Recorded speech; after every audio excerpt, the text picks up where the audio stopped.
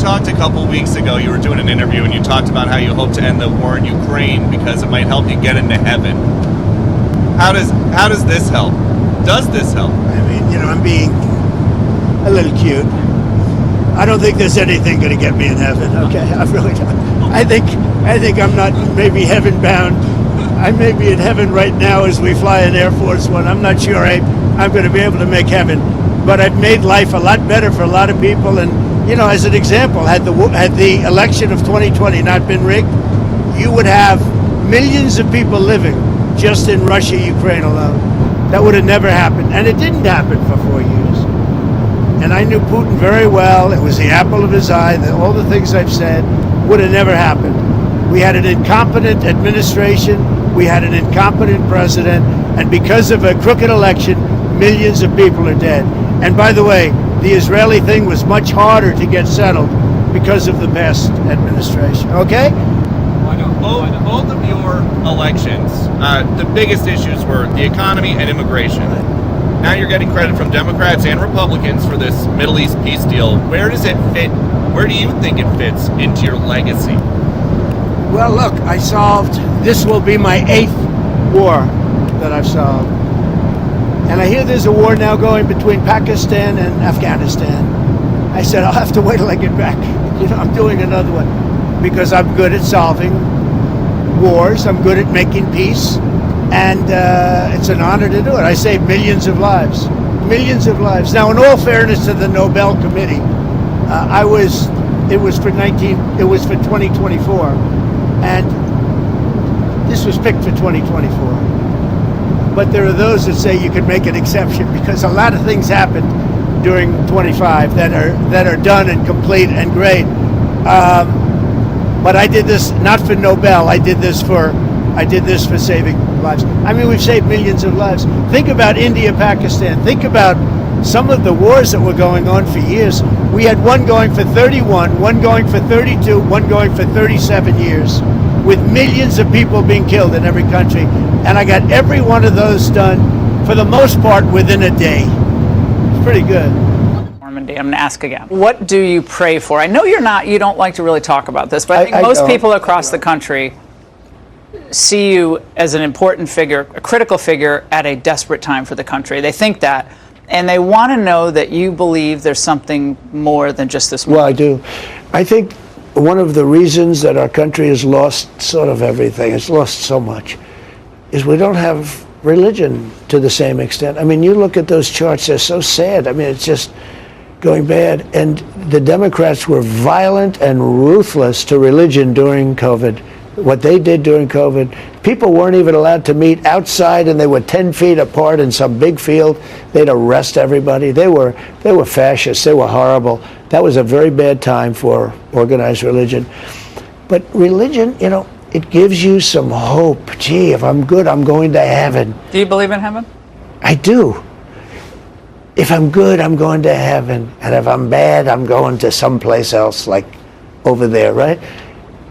But it gives you, there's something that is so good for a country.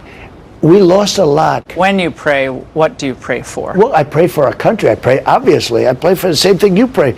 Our family and our country. We have a family, we have a country. And I guess we have a world. I pray for the world too. I stopped what could have been world wars. We are very close right now to a world war. When you look at what's going on with Russia, the battle of good versus evil, it's real. And we saw evil descend upon Annunciation Church this morning, taking 2 precious innocent lives with it. Now, over the past 2 decades or so, the killers who've brought terror and devastation to our churches and our schools have one thing in common. Their faith was non-existent. Their focus was not on God, it was on revenge, or it was on social media fame, a combination. A desperate need, above all, for recognition and notoriety through the infliction of maximum pain. Now, if it wasn't death by guns, it would be by a knife or with an explosive device and a pressure cooker, maybe a backpack. But like most cities run by Democrats, Minneapolis, of course, is a mess. The politicians are clueless. Their priorities are all screwed up, even today. Can you give people a sense of how you see it in terms of how anti-Christian bias has surfaced in recent years, and some would say in particular in terms of the use of the government under the Biden administration? Well, it depends a lot on who the leadership is, of course. President Trump is very different and has deep feelings of Christian beliefs and believes that he was saved by God for a purpose. The Biden administration had a very different belief system, and is manifested by, for instance, a situation where some Christian women were demonstrating peacefully in front of an abortion clinic and ended up in jail. Now that would only happen, obviously, if you really were quite hostile toward them. Just want to end it. I want to end it. You know, we're not losing American lives. We're not losing American soldiers. We're losing Russian and Ukrainian, mostly soldiers, some people as missiles hit wrong spots or get lobbed into cities like Kiev and towns. But, you know, if I can save 7,000 people a week from being killed, I think that's a pretty... I want to try and get to heaven if possible. I'm hearing I'm not doing well. I hear I'm really at the bottom of the totem pole. But if I can get to heaven, this will be one of the reasons. Well, I think I saved a lot of lives with India, Pakistan. They were going at it. The planes were being shot down. That was going to be maybe a nuclear war if I let that go. And I did that through trade. President Trump delivering a critical message today to world leaders at the United Nations General Assembly in New York. In his speech, the president slammed the UN on immigration and failing to act to solve world conflicts. Praising his first 9 months in office. This is indeed the golden age of America. And criticizing the institution he was addressing on the 80th anniversary of the founding of the United Nations. It has such tremendous, tremendous potential, but it's not even coming close to living up to that potential. It's empty words, and empty words don't solve war. President Donald Trump touted his administration's crackdown on illegal border crossings.